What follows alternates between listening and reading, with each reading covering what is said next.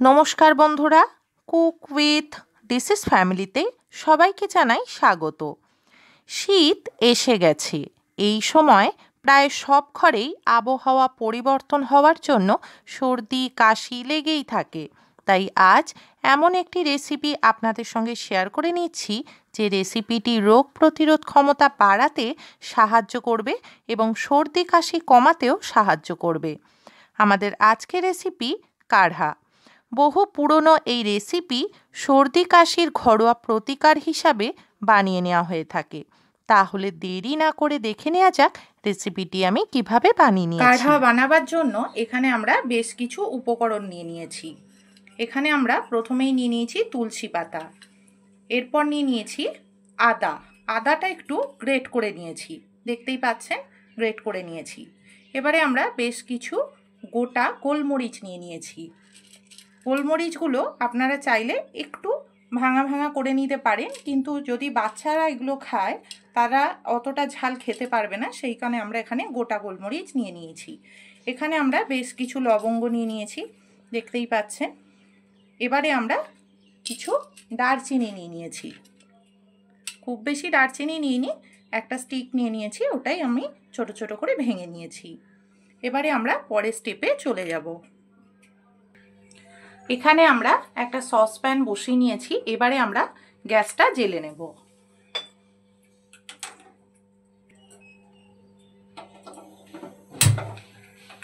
এবারে আমরা পরিমাণ মতো কিছুটা জল দিয়ে দেব।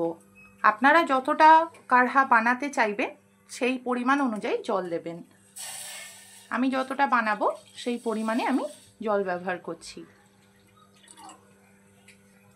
এখানে আমরা 1 কাপ মতো জল ব্যবহার করলাম।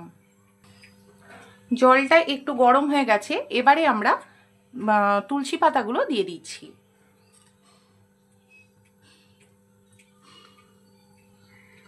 ডাঁটি থেকে পাতাগুলো আমি ছাড়িয়ে নিয়েছি। এবারে আমরা গ্রেট করা আদাটা দিয়ে দিচ্ছি। এবারে আমরা দারচিনিটা দিয়ে দিচ্ছি। এবারে গোটা গোলমরিচ আর লবঙ্গটাও দিয়ে দিচ্ছি।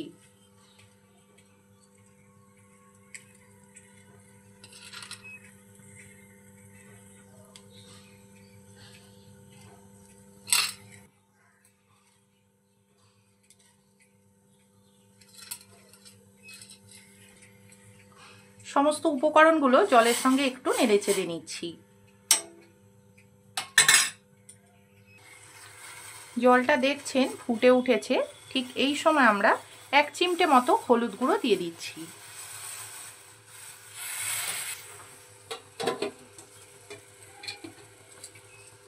হলুদটা এখানে ব্যবহার করলাম কারণ জানেন যে হলুদটা জীবাণু বা ভাইরাসের ক্ষেত্রে কতটা উপকারী, সেই কারণে এখানে 1 চিমটে মতো হলুদ ব্যবহার করলাম। আপনারা চাইলে দিতেও পারেন, নাও দিতে পারেন।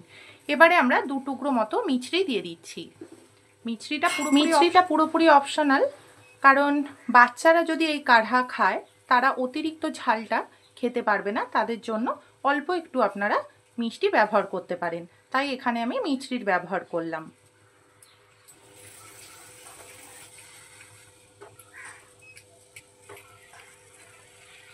এবারে আমরা এই সমস্ত উপকরণগুলো জলের সঙ্গে লো টু মিডিয়াম আছে 10 থেকে 15 মিনিট ফুটতে দেব।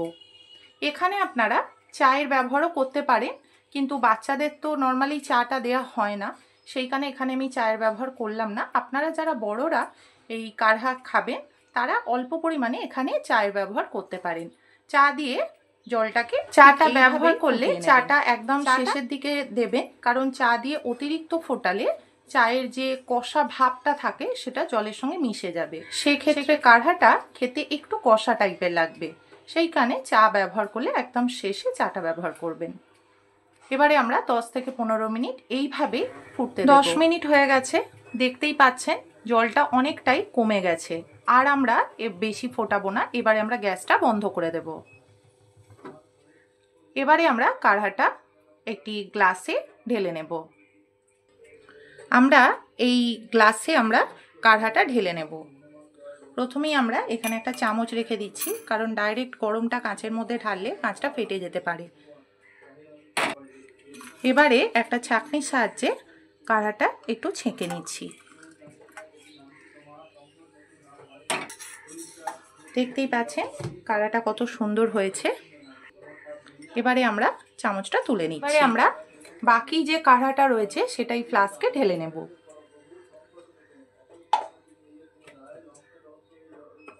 সারাদিনে 3বার 4বার খাই আমরা, সেটা বারবার তো বানানো সম্ভব নয়, তাই একটু বেশি করে বানিয়ে আমরা ফ্লাস্কে ঢেলে রাখি।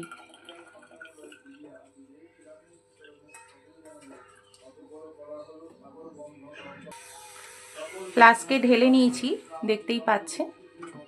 এবারে ফ্লাস্কের মুখটা বন্ধ করে নেব। কাঢ়া তৈরি হয়ে গেছে। রেসিপিটি খুব সহজেই তৈরি হয়ে যায়। রেসিপিটি রোগ প্রতিরোধ ক্ষমতা বাড়াতে সাহায্য করে। আবহাওয়া পরিবর্তনের সময় সর্দি কাশির থেকে বাঁচতে খুবই উপকারী এই রেসিপিটি।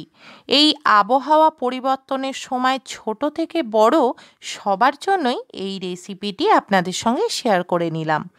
বন্ধুরা, আপনারাও আপনাদের বাড়িতে রেসিপিটি এইভাবে বানিয়ে দেখবেন। রেসিপিটি ভালো লাগলে ভিডিওটিকে লাইক, কমেন্টস অ্যান্ড শেয়ার করবেন এবং আরও নতুন নতুন রেসিপি পেতে আমাদের এই চ্যানেলটিকে সাবস্ক্রাইব করবেন। সকল বন্ধুরা ভালো থাকবেন, সুস্থ থাকবেন। নমস্কার।